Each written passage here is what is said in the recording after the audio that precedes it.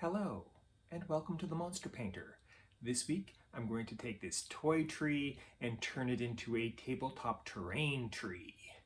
And make sure to watch the end of the video, because I'm going to reveal who wins the fabulous Monster Painter swag! It's a t-shirt. Isn't that fun? So this toy tree comes in two parts, probably for storage in the toy box, and has a number of troublesome holes that need to be taken care of. The first step is fairly simple. I'm going to glue in a lump of foil with some super glue right in the spot where one of those troublesome holes are. This will help with the Millput in the next step. And then I'm just going to glue the whole thing together with the super glue. Afterwards, I'm going to use some more foil to stuff the troublesome holes. Again, this will help with the Millput in the next step. And so, it's on to the next step! And here comes the Millput. I have already mixed up the two-part epoxy putty, and it's ready to go. And the first thing I will do is putty up the hole on the top. If it wasn't for the hole on the top, you could probably get away with plunking this tree down on the tabletop without any problem, but that hole really bugs me, so it's Millput to the rescue. Once it is filled, I'm going to make some Millput snakes and use them to cover up the rather dramatic seam where the two parts of the tree come together. Then we're going to fill in the other troublesome holes using a tool to sculpt the Millput so it looks a little more natural. And we're also going to use a tiny bit of the Millput to change the profile of those holes so they look different from one another and thus more natural, less uniform and more natural. Finally, we're going to use the Millput to sculpt in the big hole along the bottom, using the tool to make it look nice and natural, at least as natural as I can make it. Okay, 24 hours later and the Millput is all cured and dried, and it's ready for the next step. And kazam! It's 10 hours later and the tree is all primed and the prime is all dry and it's ready for its base coat. Shazoom! Another couple of hours of dry time and she has a nice cool brown base coat, a generous layer of raw umber, and she's ready for the next step. And on to the first layer of dry brushing. I will use a warm brown color called a bronze yellow to give the tree a light overall coat.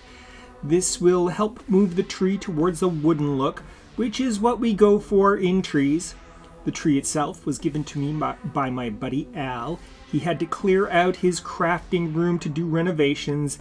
He is a like-minded gamer who populates his tabletop with converted toys and terrain built out of cardboard and glue. He gave me a big sack of similar stuff, a veritable treasure trove of worthless junk with tons of tabletop potential. Due to the material that this tree is made out of and its overall design, I believe it was once a part of a Playmobil playset of some sort. Like so many Playmobil things, it has nice proportions for the tabletop and a good flat spot to place the minis on. The material it is made out of takes the glue and paint much better than most toys, and all of this combines to make Playmobil the king of toys to tabletop conversions. The next step is another layer of dry brushing. This time the paint is a warm light gray color, a mixture of titanium white, Mars black, and a little bit of bronze yellow. I will put it on with a lighter touch than the previous layer. The intent is to weather the tree because great big trees spend their whole lives out in the countryside getting weathered. Now, I will not be creating a leaf canopy or anything like that for this tree. Apart from personally not liking the look of such things, the main game I play is Frostgrave, which takes place in a very wintry setting, which is more suited for dry trees. I also think a dry tree is scarier and more intimidating, and therefore more fun on the tabletop. The final step is a subtle little green wash along the base of the tree. I will be using a favored color, sap green, for this purpose. This step will help integrate the tree with the rest of my terrain, as well as give the tree a little more sense of naturalism. And she's all finished up. Let's look at the final product.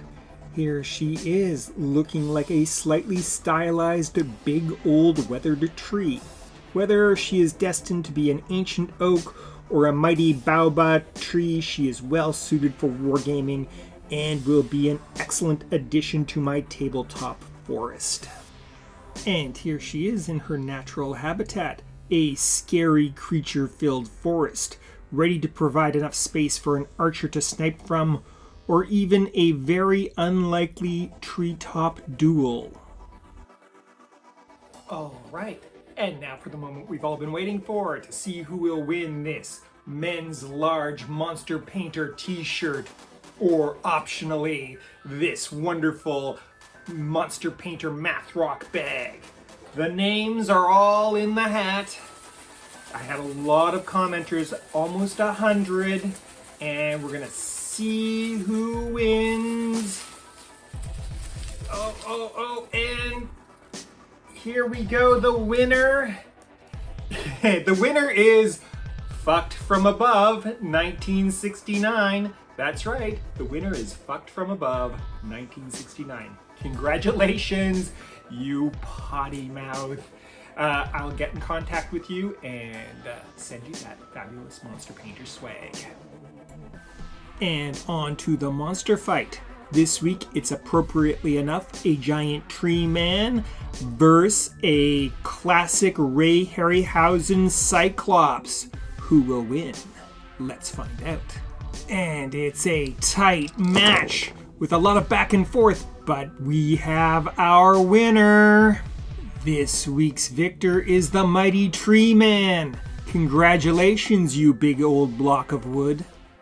Next week on The Monster Painter, I take on something quite the opposite of our simple weathered tree, in the form of this great, big, elaborate, highly detailed Warhammer monument.